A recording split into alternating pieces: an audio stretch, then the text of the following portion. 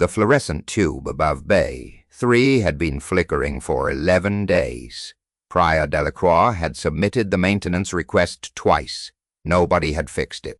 She watched it strobe in that slow, arrhythmic pulse while she counted pills into a tiny paper cup, 3 white, 1 yellow, the methadone, the blood pressure medication, the antidepressant.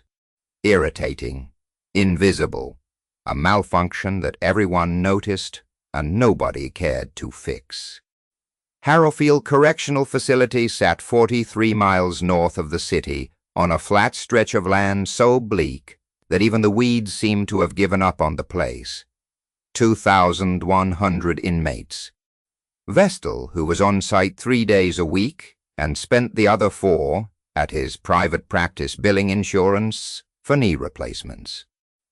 The rest of the time, the healthcare belonged to Priya and 3 LPNs who cycled in and out like weather, each one lasting a few months before the combination of mandatory overtime, inadequate supplies, and institutional indifference ground them down to nothing.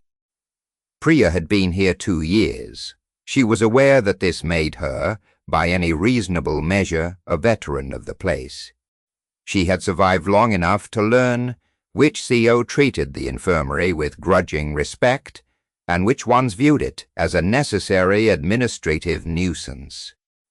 She knew which housing unit was most likely to spike on Monday mornings and which cell blocks produced the most referrals after count on Thursdays, when a week of accumulated grievances had had 5 days to ferment. She was not supposed to be here. That fact, that particular private wound, had not scabbed over. She pressed her tongue against it, sometimes the way you press a bruise, just to remind yourself it still hurts, just to confirm that the feeling is real. She had been a combat medic with the 75th Ranger Regiment for 7 years. 3 deployments, 2 Bronze Stars, a meritorious service medal that lived in a shoebox on the top shelf of her closet because looking at it required an explanation she wasn't willing to give.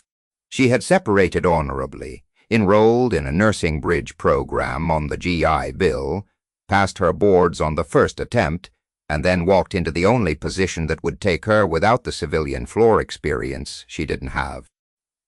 Harrowfield. The work was supposed to be temporary. That was what she told herself on day 1, while learning where the shop's disposal containers were mounted and which housing units had the highest rate of self-harm. 2 years later, temporary had calcified into something she couldn't name. Not permanence, not purpose, more like paralysis with a paycheck. She got up at 5:45 each morning. She drove 43 miles on a state highway that turned gray in October and stayed that way until April. She swiped her badge at the outer perimeter, walked through 2 checkpoints, and arrived at the infirmary with enough time to review the overnight incident log before the first medication pass started at 7. Captain DeSantis, the corrections officer who managed the infirmary block, called her the pill nurse, with the precise, deliberate inflection of someone who has decided you are only worth the narrowest possible definition. She had heard it through the wire mesh of the dispensing window 100 times, inmates whispering it in the way people whisper things that are meant to be overheard. Guards saying it in the casual, offhand manner of men who want you to understand that your authority extends exactly to the edge of your scrubs. DeSantis himself, barrel-chested and 40-something, and wearing his authority like a thick coat he never took off, used it to her face once. Testing her, he had been checking that the test registered. She had not reacted. She had counted his pills into the cup. Blood pressure medication, she noted, which he clearly needed, given the resting tension in his jaw, slid it through the window slot and moved on to the next patient. She had not allowed herself the satisfaction of noting that the prescription in front of her said 10 milligrams of lisinopril, recently increased from 5.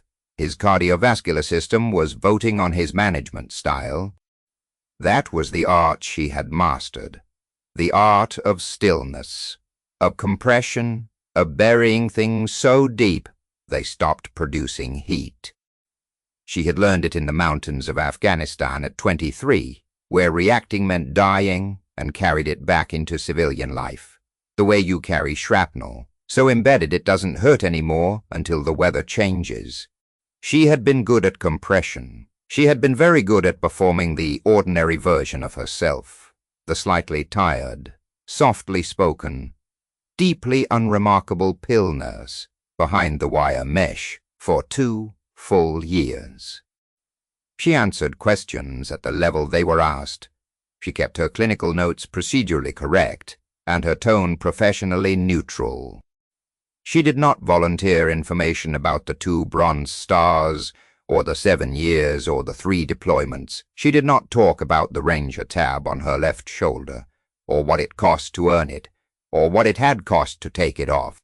She just counted pills and watched a broken fluorescent light. She was halfway through morning medpass on a Thursday in October when the first scream reached her. It came from the direction of B block, muffled by 3 layers of cinder block and reinforced steel door, but unmistakably human and unmistakably not right. Priya set down the clipboard. She pressed 2 fingers to the counter and waited, listening. The way she had learned to listen in the long, still seconds before a contact engagement, when the radios go dead and all you have is the sound of the wind in dry grass and the quality of silence that precedes incoming fire. The second scream was louder, closer. There were words in it now, garbled by distance and concrete, but the register was wrong. Not pain, not fear, something rawer than both, something that in her experience preceded mass violence the way a drop in barometric pressure precedes a storm. She had heard that register in Kunar. She had heard it in Kandahar. She had heard it twice in her own country, in contexts she did not think about. Her body recognized it before her mind had finished cataloging it. LPN Tomas Garcia was behind her, preparing afternoon tray medications. He had his earbuds in, probably listening to a podcast, one of those long-form, true crime productions. She had heard bleeding through his earphones a dozen times on overnight shifts when the facility was quiet. "Pull your earbuds," Priya said. He looked up. He caught her expression and pulled them out. Then they both heard it. The alarm, not the medical emergency tone, not the controlled count bell. The other one, the one she had heard tested twice in 2 years and hoped to never hear for real, 3 rising tones on a loop. Cycling without stopping. The all-hands emergency code. Full lockdown. Garcia's face went the color of old putty. That's a riot alarm. Priya was already moving. She went to the medication cabinet first, not because it was protocol, but because protocol was written by people who had never been inside a facility when the order fractured. You secure narcotics. That was not something they taught in nursing school. That was something she knew from forward operating bases and the operational logic of violence, which was that whoever controls the substances controls the leverage, and in a facility where 2,100 people have just been told. She spun the combination, opened the cabinet, and began transferring the controlled substances to the floor safe with the kind of fast economic motion that contained no wasted gesture. Oxycodone, hydromorphone. She didn't count them. She moved them. Call control. Tell them infirmary is still occupied, she said without turning around. She heard Garcia pick up the phone. She heard the line ring and ring and ring. She heard him say, "No answer," and she heard the fear making his voice thin and high in a way that it wasn't ordinarily thin and high. He was 26 years old. He had been at Harrowfield for 8 months, which made him practically new. The infirmary occupied a stretch of corridor between B Block and the administrative wing. It was not a place designed for defense. 3 examining rooms, the dispensing bay, a supply closet, a small office that Dr. Vestal used on his visiting days, and left smelling of his aftershave and the particular staleness of someone who only half belongs somewhere. The main hall ran 50 feet between 2 reinforced doors, both of which could be locked from the control room remotely. That was the theory. The theory required the control room to be functional and the control room to know they were here, and the control room to be staffed by someone who had not been pulled to a different crisis 30 seconds into the emergency. Priya finished with the floor safe and stood up. She could hear it now without straining. A roar, layered and chaotic, the sound of thousands of square feet of institutional space going wrong all at once. Glass breaking in rapid irregular succession, which meant the safety glass on the housing unit windows, which meant the windows were going. Metal on metal, deep and resonant, which was steel, cell, doors being used in ways cell doors were not designed to be used. And underneath all of it, the collective human sound of an institution coming apart, that particular resonance of accumulated rage, amplified by concrete and steel until it vibrated in your chest cavity. Garcia was at the window, looking out through the narrow vertical slit of reinforced glass. His shoulders had climbed to his ears. "The yard," he said. "They're in the yard. There's a lot of them.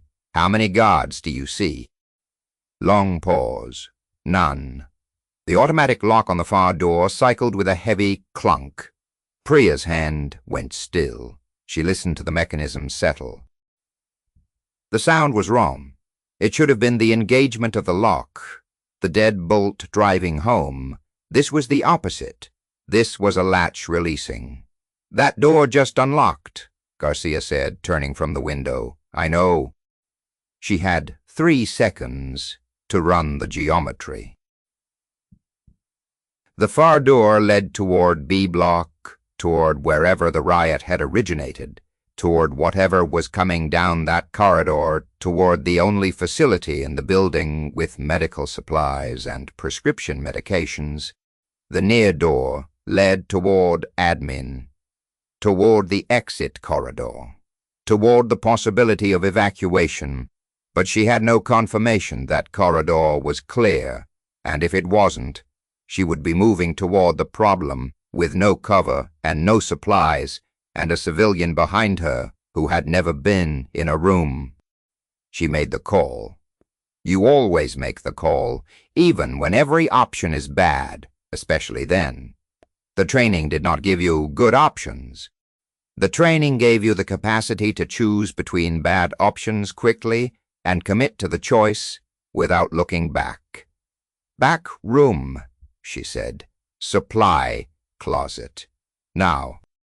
They were 40 seconds into securing the supply closet when the far door opened and Senior Corrections Officer Marcus Webb fell through it. He came in sideways, one hand pressed against the left side of his abdomen, his right hand still gripping the door frame as if he'd used it to haul himself the last few feet under conditions where his legs were no longer doing the work they were supposed to do. His uniform shirt was dark from his left hip to his collar. Not just the shirt, the skin of his neck where it wasn't covered, the cartilage of his ear, the side of his jaw. All of it sheened dark and wet in the way that takes a moment for the brain to correctly interpret. He was 52 years old. She knew this because she had done his hypertension screening in June. Sitting across from him in the small exam room with his chart open and the automated cuff on his arm, while he told her unprompted, in the way people fill the awkward quiet of medical appointments about his daughter at the State University. Environmental science. He had showed her a picture on his phone, a young woman, standing mid-thigh in a river, in waders, holding a water testing kit, laughing at something off-camera with her whole face. He had said she's something else, with the specific pride of a father who knows he doesn't deserve that much credit for who his child turned out to be. Webb looked at Priya, and his mouth moved, but what came out was not words. She was already across the room. She got her shoulder under his arm before he went down, taking his weight, walking him backward to the examining table and getting him onto it, without slamming his head against the edge of the next shelf. He was 220 pounds. She moved him like he weighed half that. The muscle memory from 100 casualty drag drills on the Fort Benning mudflats, firing without consultation from the conscious mind. She had dragged soldiers across open ground at that weight and heavier, under conditions that made a prison supply closet feel like the most controlled environment in the world. Garcia, door. Push the exam table against it when I get him clear. Every heavy object in this room stacked against that door, chairs, filing cabinet, medication cart, anything that has weight. Garcia was frozen for one long second, staring at Webb with the expression of someone whose brain is trying to process a category of experience it has never encountered before. She said his name once, sharp, the way you say it when you need a person to return to their body from wherever shock has taken them. He blinked. He moved. She got Webb flat. She pulled on gloves, 2 layers, the training automatic, and pressed her hands to his abdomen. The wound was lateral above the iliac crest, and it was not a small wound. Sharpened metal, she assessed from the geometry and the width, something made in a workshop or fashioned from institutional materials over time, by someone with patience and a specific purpose in mind. When she pressed the surrounding tissue and heard a wet sucking quality to his breathing, that had no business being connected to an abdominal wound, the cold clarity of a clinical problem replaced everything else, in her awareness the way cold water replaces warm. He had a pneumothorax. The wound track had traveled further than the entry suggested, probably deflected by a rib, angled upward and inward, nicked the pleural space. Or he had a second wound she hadn't found yet. She ran her hands along his back, lifting him slightly, and found it. Exit wound. Rough exit not clean. The object had tumbled slightly inside the thoracic cavity before coming out, which told her something about the track she needed to factor into her intervention. The penetrating object had passed through and upward and caught the lower lobe of the left lung. Air was escaping from the lung into the pleural space, collapsing the lung against itself, each breath building pressure rather than relieving it. A tension pneumothorax, left untreated, kills a person incrementally. No chest decompression kit in a prison infirmary supply closet. She already knew this. She had inventoried the infirmary on her first week and had submitted a written request for expanded trauma supplies. Vestal had approved in principle, annotated with the notation, pending budget review, and administration had denied on cost grounds. 6 weeks later, she had followed up. She had been told the request was under consideration. 2 years later, under consideration had apparently become a permanent state. What she had was a 14-gauge angiocath in the IV supplies drawer, a roll of petroleum gauze intended for wound packing, the sphygma manometer on the wall bracket, and the working knowledge of how to improvise a flutter valve from a nitrile glove. She had done it twice in operational conditions, once in a bombed-out compound in Kunar province, on a ranger who had taken frag to the chest and kept apologizing for the inconvenience until she told him to stop talking. Once in a ditch outside a forward operating base on a partner force soldier whose name she had never been able to pronounce correctly and whose face she still saw sometimes with particular clarity when she was very tired, she told Webb what she was going to do in the same flat, factual tone she had used in those ditches, because uncertainty in a provider's voice transfers directly into the patient's physiology, and she did not have the time or the resources to manage a panicking man with a collapsed lung. She told him it would hurt. She told him the hurt meant it was working. She told him to keep his eyes open and talk to her. These instructions were not gentleness. They were clinical management. Conscious patients with something to do are easier to keep stable than patients who are left with nothing but their fear. "My daughter," he said. "Her name is—" "I know who she is," Priya said. "Tell me something I don't know." He tried to tell her something. She was not paying attention to the content. She was monitoring the cadence and the volume, the physiological information, encoded in the rhythm of a voice. She found the second intercostal space on the left side, mid-clavicular line, confirming the rib margins with her fingertips. She went in with the angiocath at the angle the geometry of his chest demanded, superior to the rib to avoid the neurovascular bundle, needle perpendicular to the chest wall, smooth controlled pressure. The proper pleural penetration, the immediate soft hiss of escaping air, the slight upward movement of Webb's chest as the mechanical constraint released and the trapped pressure vented, all of it unfolded. She pulled the stylet, connected the improvised valve. 3 fingers of a nitrile glove, tied off with suture thread, taped over the hub of the angiocath, and watched it flutter outward with his exhalation. One way, doing its job. Webb's oxygen saturation was climbing. She didn't have a pulse oximeter.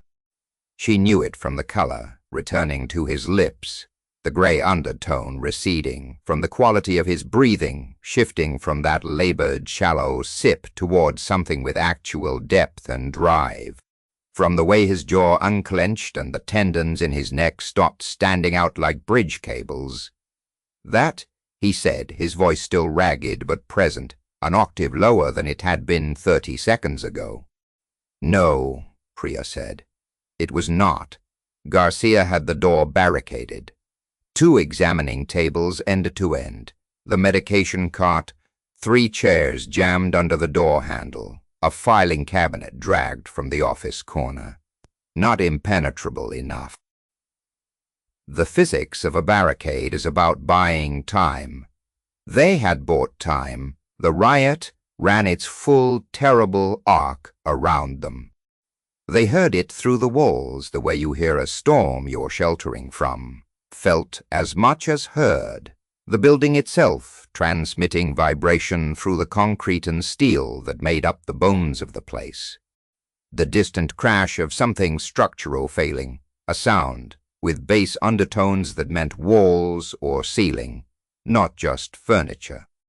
The rise and fall of voices in that collective register that has no individual language but communicates everything about the collective state, an institution coming apart at the seams that everyone assumed were permanent. Priya worked on Webb.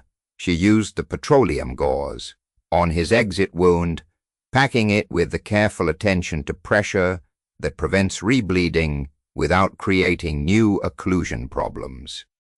She applied an occlusive seal on the front entry wound using what she had, petroleum gauze, again secured with medical tape, creating the airtight closure that prevents additional air from entering the pleural space with each inhalation. She ran a manual blood pressure every 10 minutes, using the sphygmomanometer from the wall bracket, old equipment. The kind with the dial that needed recalibration. She had calculated a 15-point correction factor herself months ago. Vestal kept forgetting, and she was tired of doing the arithmetic out loud while he watched. 94/60 seconds. Not good. Not catastrophic. Trending in the direction she needed it to trend. He had lost significant blood volume. She established an IV, his veins were reasonable, a small mercy, and ran him the single bag of normal saline in the supply closet. 1 bag. She stretched it, running it slowly. 98/66 on the next read, a 6-point systolic rise. Not dramatic. Meaningful. She had no blood products, no plasma, no packed red cells, no colloid.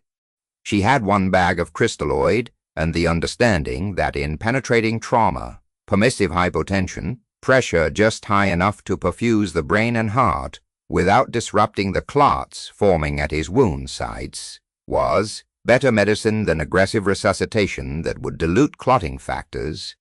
The research on this had come out of the wars. It had come out of the experience of people like her in situations not entirely unlike this one. This was not emergency nursing. Tactical combat casualty care, the TCCC framework she had absorbed over 7 years until it was no longer knowledge she accessed, it was architecture, the structure of how she thought, the triage calculus that ranked interventions by the temporal urgency of what kills first. She did not allow herself to think about why she knew this at quite the granular level she knew it. There would be time for that later, or there wouldn't be. And either way, thinking about it now was a resource she could not afford to spend on anything except the patient in front of her. Garcia was at the door, ear pressed to the gap where the barricade wasn't quite flush, listening with the focused attention of someone who has discovered that listening is the only active contribution available to them in this situation. He reported sounds periodically in a low, careful voice, shouting closer, then farther, in waves that suggested the riot was moving through the facility in a non-linear path, rather than marching straight toward them. Twice he described what he called a concussion, a deep impact sound that vibrated the door in its frame. Once he was quiet for a long time, and then said, paused. I think that was a CO. She logged the reports and returned to Webb. You're going to make it, she told him during the 3rd assessment. She said it the way she said all clinical assessments, flatly, without the upward inflection that would make it a question or the forced warmth that would make it reassurance. She had stopped offering false reassurance in the mountains when she came to understand what false reassurance actually communicated, which was that you believed the patient needed to be protected from reality, which was its own kind of contempt. She said it because her assessments told her it was the probabilistic truth. His pressure was holding above the 90 systolic floor she had set as her threshold. His oxygen exchange was adequate. She could tell from his breathing, from the quality of his voice when he spoke, from the absence of the cyanotic changes that would tell her the flutter valve was failing. His level of consciousness was intact. She tested it periodically with questions. He answered them. My lieutenant, Webb said. His voice had steadied considerably since the 2nd blood pressure check, taking on something approaching its normal register. DeSantis. He was right behind me when they hit us in the B corridor. I went left toward the infirmary.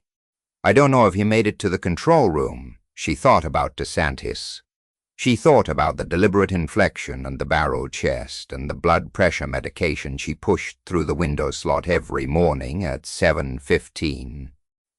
She thought about the way men use narrowing language against competence they haven't decided how to account for. The pill nurse through wire mesh, the neat bureaucratic reduction of a person to their most legible function. She thought he might be dead. She thought I would still treat him if he came through that door. Focus on your breathing, she said. Slow and full. Each breath expands the lung against the seal. That's the work you can do right now. That's not an answer about DeSantis. No, she said. It's not. She checked the flutter valve. The glove fingers were still cycling correctly. She checked her tape seal, pressing the edges, watching for air leak. She put her hand on Webb's chest and felt the mechanics of his breathing. Still not symmetric. The left side still underperforming, but both sides moving, both sides contributing. The lower lobe was partially re-expanded. Partially was not fully. Partially was enough to keep him alive until a surgeon could do what she couldn't do in a locked supply closet in a prison facility under riot conditions. She had been in worse positions, with worse resources, and kept worse patients alive until extraction. She reminded herself of this not for comfort, but for the tactical logic of it. The parameters of the situation were within her known operating range. She was not attempting something she had never done. She was doing something she had done before, in conditions that made this look manageable. Training at the level she had trained did not make you fearless. It gave you a database of prior successful performance to reference in real time, and that database was more useful than fearlessness, because it was grounded in evidence rather than emotion. They came at the 2-hour and 17-minute mark. She had been tracking time on the watch she wore, analog, the kind that doesn't need charging, a habit from years when batteries died at operationally inconvenient moments and you learned to wear things that didn't require infrastructure to function. 2 hours and 17 minutes since Webb had come through the door. She had done 11 blood pressure checks. She had assessed the flutter valves 7 times. She had administered a full bag of saline over the course of 90 minutes, and then spent the remaining time managing the subsequent euvolemic plateau, watching the numbers hold. She heard the team before they announced themselves, heard the change in the quality of sound in the outer corridor shift from the chaotic dispersed noise of the riot to something more focused, more directional. Purposeful movement, replacing purposeless rage. A trained team moves differently from a mob, and the difference is audible to someone who has spent years learning to extract information from sound. Then a voice, amplified, projected with the flat authority of a loudspeaker rather than the vocal cords of an individual. Corrections, tactical team. All personnel shelter. In place. We are beginning breach. Garcia exhaled so hard, his whole body deflated from the shoulders down, as if someone had cut a cord that had been holding him upright for the last 2 hours. Priya kept her hand on Webb's wrist, not for the pulse which he had memorized and could read without conscious attention, but because she understood the physiology of human contact, the parasympathetic response, the way it keeps the autonomic nervous system from doing things that undo careful pressure management at the worst possible moment. She said, "Hear that?" And Webb closed his eyes, and the muscles of his face released in a way that she had seen before, the specific physiological signature of a person who has been using most of their available metabolic energy to maintain hope. The outer door took them 4 minutes. She could track their approach by sound, the methodical quality of a trained team moving through a compromised space, pausing at each junction, the pause and clear rhythm of people who had done this before and were doing it correctly rather than fast. When they hit the barricaded inner door, one of them said, through it, calm, projected, "Infirmary, identify yourself and the number of occupants. Delacroix, RN2 staff, 1 critically injured corrections officer, 1 penetrating chest trauma, stabilized, needs immediate transport for definitive surgical care. Are you secure?" "We're secure." Live patient who needs a surgeon in the next 2 hours. He has an improvised flutter valve in place. Do not remove it before you've spoken to me. Copy. Removing barricade now." She stepped back from the door and let Garcia help the team move the furniture. The supply closet was suddenly full of tactical officers in riot gear, helmets, face shields, the hard padded armor of a corrections emergency response team. 4 of them moving with the posture of people who had just spent 2 hours managing controlled violence and were still carrying the adrenaline of it in their shoulders and their eyes. The lead officer, a large man whose name tape read OCHOA, was already on his radio calling for medical transport with the clipped efficiency of someone who has done this reporting 100 times. The 5th man through the door was different from the others. He was in the same tactical gear, same helmet, same vest, same face shield pushed up, but he moved differently. The other 4 moved, with the practiced institutional efficiency of professionals executing a familiar protocol. This one moved with the economy of someone who had learned his body in a school where moving wrong had consequences that protocol couldn't manage. It was subtle. It was not subtle to her. She had spent 7 years working with people who moved that way and had spent 2 years among people who didn't, and the contrast was as clear to her as a change in key to a trained musician. He was about 40, brown skin, a trim beard, with early gray, working in from the jaw. When he came through the door and scanned the room, he did it in under 2 seconds. Exits, threats, patient, the 3-point grid clearing she had drilled until it was as automatic as breathing. He was doing it the way you do things that are fully incorporated into your reflexes. He looked at Webb first. He took in the improvised flutter valve, the IV, the occlusive wound seal, on the chest entry, the positioning, head elevated slightly, lower extremities flat, the TCCC positioning for penetrating chest trauma, and something changed in his face. Not surprise, not quite. Something more specific than surprise. The expression of someone who has just correctly identified something they were not expecting to find here. He looked at her. "Needle decompression," he said. "Not a question. An assessment. Improvised flutter valve," she said. 14-gauge, angio, nitrile glove, suture thread. Pneumothorax from a through and through, exit wound, deflected off the 7th rib. Caught the lower lobe. Valve is cycling correctly. His last BP was 1 full secting. "That's right, Priya Delacroix."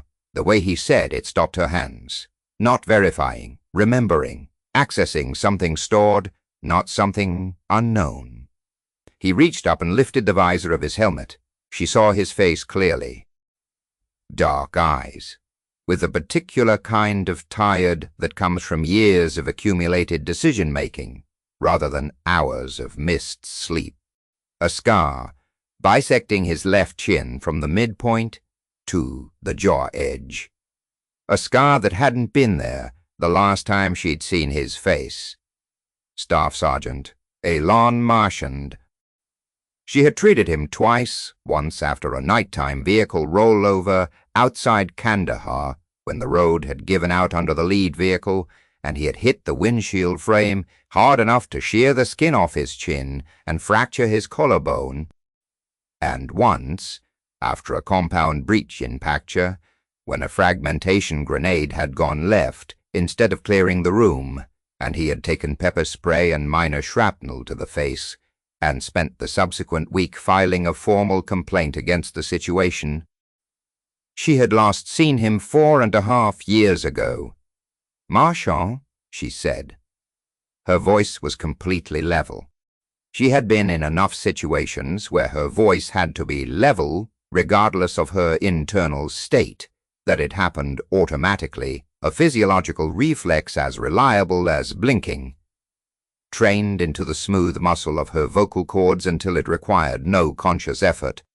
Yeah, he looked at Webb, at the improvised device, at the IV running. He looked at her hands with their dried blood at the glove lines. He looked at the organized, deliberate chaos of the supply closet that she had converted into a functional trauma bay, using what a prison infirmary had on hand. He said, "Of course, of course, of course, you're the one keeping him alive in here." He said it with a specific, quiet weight. That was not a compliment in the conventional sense. It was acknowledgment with resignation. The way you say, of course, about something that is inevitable in retrospect. He said it the way people said things about Priya Delacroix when they thought she wasn't paying attention. She had heard it before, in different words, and different languages, and from different mouths, and she had always been paying attention. "He needs a thoracic surgeon," she said. "The flutter valve is a bridge." "How far is the nearest trauma center?" 22 minutes by helicopter. I already called for air." He glanced at Webb. "Flight medic will be here in 18. Tell the flight medic not to remove the valve until they're in the OR and have chest tube capability ready and positioned. The lung re-expansion is incomplete. He may need surgical intervention on the lower lobe, not just chest tube drainage. The exit wound tract needs to be assessed under imaging before they decide on approach." Marchand looked at her for a moment. Around them, the tactical team was moving Webb to the stretcher with the organized efficiency of people following a practiced protocol. Garcia had found a wall and was leaning against it with the specific bonelessness of someone whose legs are telling them the emergency is over and they are ready to agree. "I'll pass it word for word," Marchand said. They moved Webb out through the breached corridor, along a route the tactical team had cleared through the wreckage of 2 hours of collective violence. She had seen the aftermath of riots in photographs in training materials. She had never walked through one in hospital scrubs while monitoring a patient's pulse with 2 fingers on his wrist. The corridor smelled of industrial cleaner and something acrid she didn't want to name. Overturned cots, shattered safety glass, equipment from the administrative wing, scattered in patterns that told a story about speed and direction. Marchand walked on her other side of the stretcher.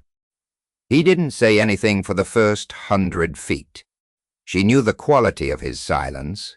She had spent 7 years working alongside men like him, learning the difference between silences that meant nothing and silences that meant someone was working up to something. This was the second kind. "They told me you separated," he said finally. "I did. They didn't say what you were doing. Nobody asked."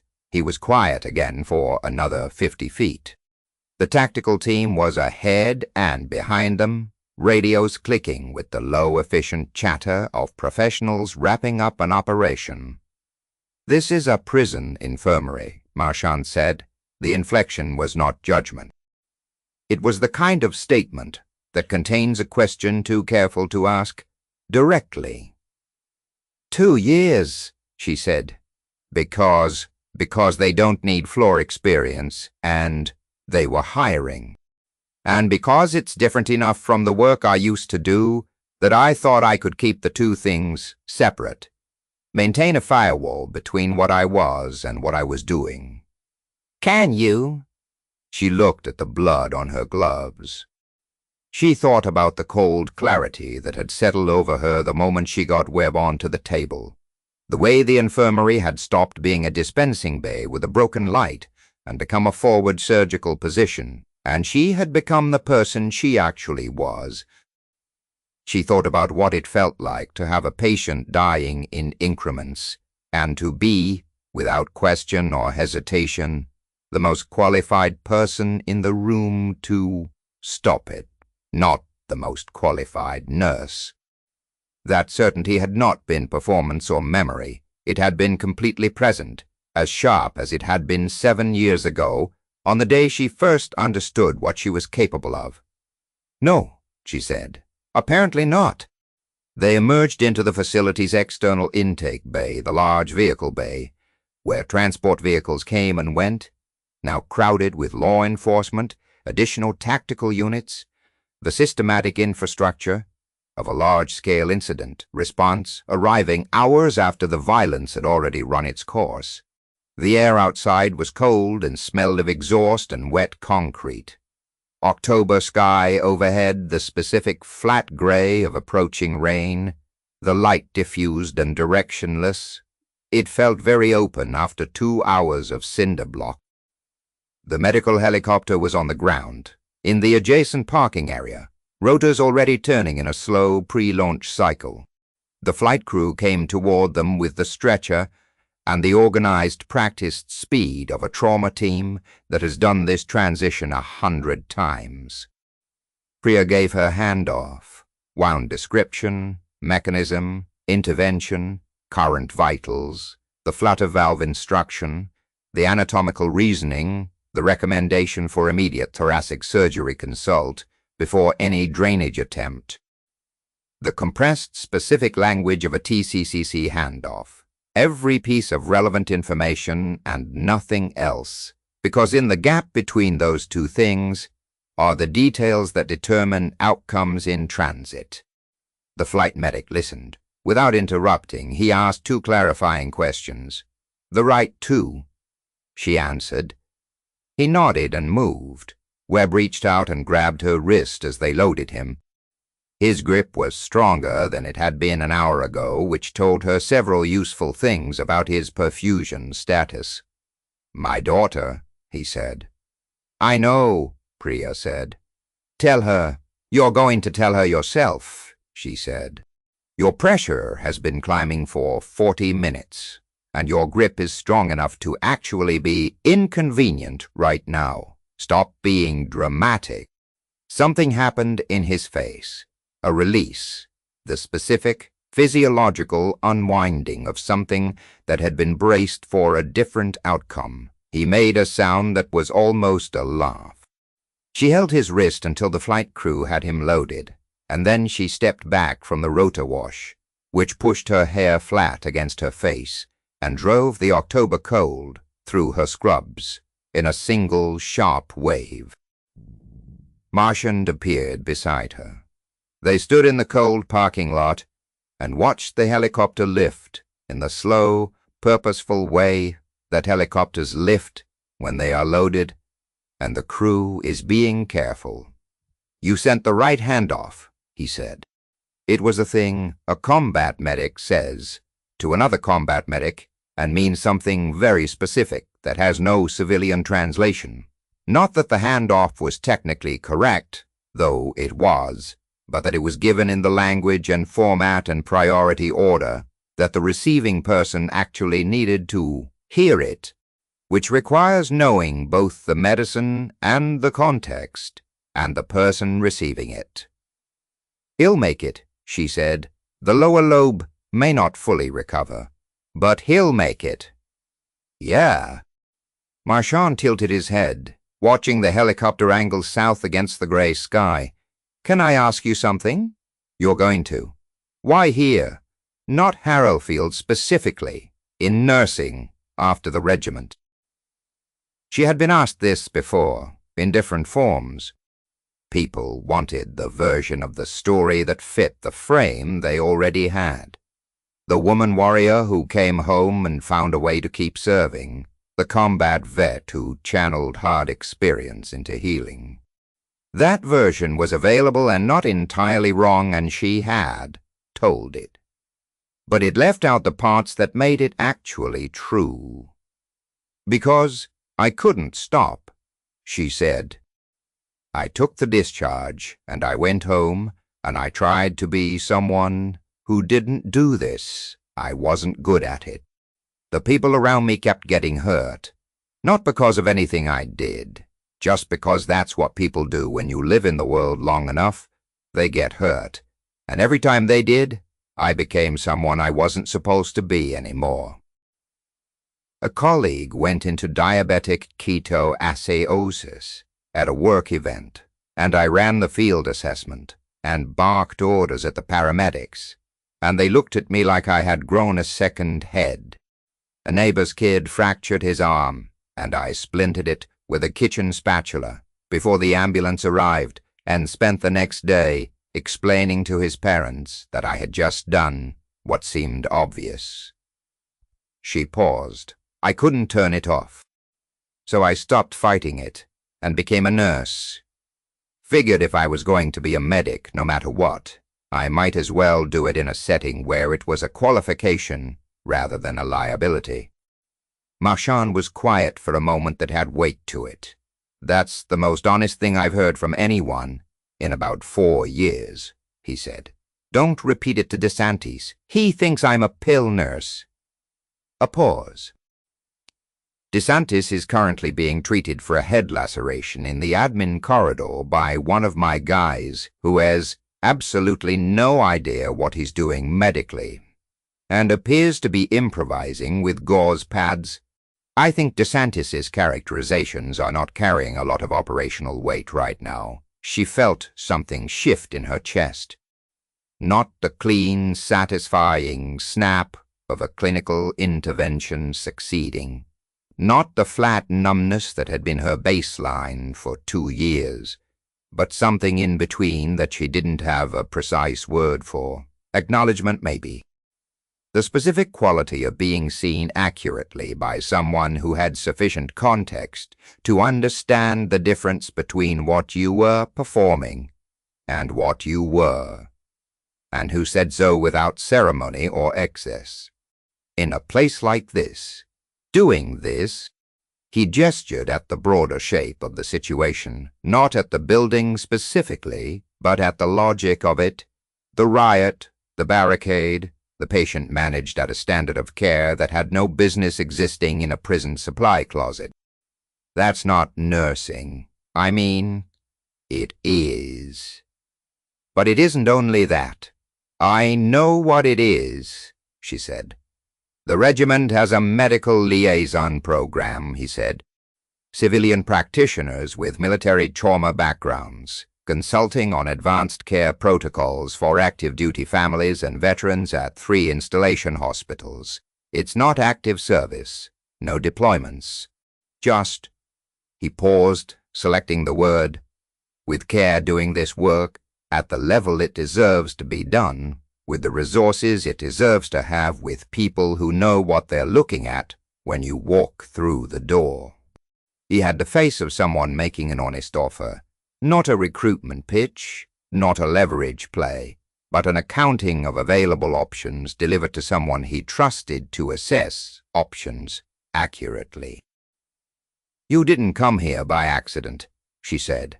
I heard you were somewhere in this county. I'm here because a riot response called for corrections tactical support, and my unit covers this sector. That part genuinely is coincidence. He paused. The offer is not coincidence.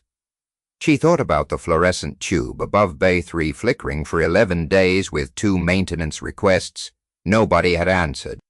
She thought about the pill cups and the wire mesh, and the Cosground's denial of expanded trauma supplies. She thought about 2 years of performing a smaller version of herself, while the person she actually was waited with the patience of someone who learned patience through necessity. She thought about Webb's face when she told him he was going to make it. Not desperate hope, but the trust of someone who heard certainty and recognized it as evidence-based.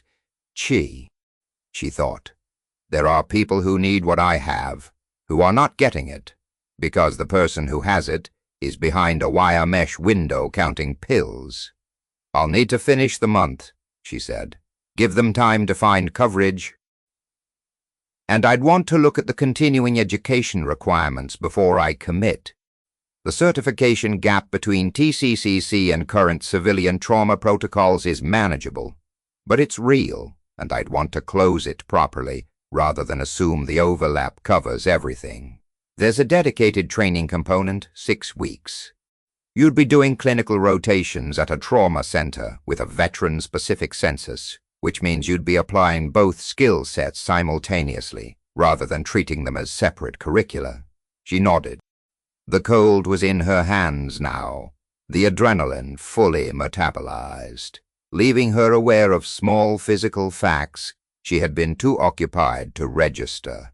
The soreness in her forearms from moving web.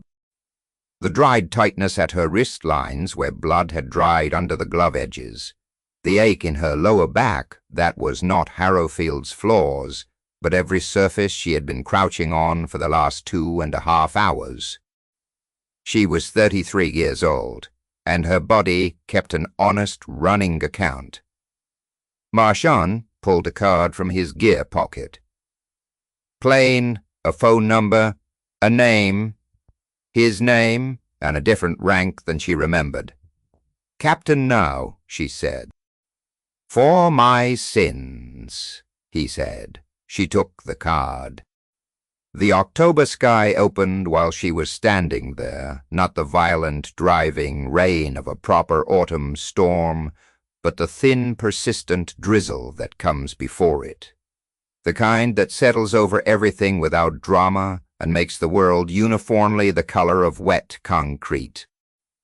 It settled over the parking lot and the facility and the crime scene tape at the perimeter and the gathering law enforcement and the single Army Ranger captain in civilian tactical gear standing in the parking lot of a corrections facility, watching a nurse in bloody scrubs turn a business card over in her hands. She put the card in her scrub pocket. Next to the sphygmomanometer correction factor tape she'd pulled from the cabinet and hadn't yet put back. She thought about what it meant to have a skill so deeply trained it could not be compressed, denied, or made invisible by 2 years of deliberate ordinariness. She thought about spending 2 years, being the pill nurse and the 43 minutes it had taken for all of that to become irrelevant. She thought about the way Webb had looked at her when she told him the hurt meant it was working, not because she was warm or comforting, but because she had spoken with the flat certainty of someone who had done this before and knew exactly what came next. She thought, I have been here before. I have been in the exact geometry of having no resources, an impossible patient, and no choice but to use every piece of what I am. Not the equipment, not the protocol, the knowledge, the nerve, the capacity to act under compression with absolute precision when everything depended on it and there was nobody else. She had never been a pill nurse. It had taken a prison riot, a through-and-through penetrating chest wound, a nitrile glove cut into a valve, and a man with a chin scar she had stitched 4.5 years ago, in a country 11 time zones from here to say it out loud in a wet parking lot in October. But the fact itself had been unchanged since she was 23 years old and running across open ground under fire toward a man bleeding out, thinking nothing at all, just moving because moving was what she was made of. I'll call you Thursday, she said. Marchand nodded once. She turned and walked back toward the facility. The intake bay smelled of exhaust and wet concrete and the chemical note of crowd control agents that had been deployed somewhere in the interior. Inside there was real work, waiting. Triage assessments for the inmate population that had been locked down through the riot and would present with a distribution of stress-related physical complaints, some manageable and some not. There were Garcia's hands, which had been shaking since the barricade went up and would need attention that he probably wouldn't think to ask for. There were her clinical notes on Webb's intervention, which the flight crew would need for the surgical handoff.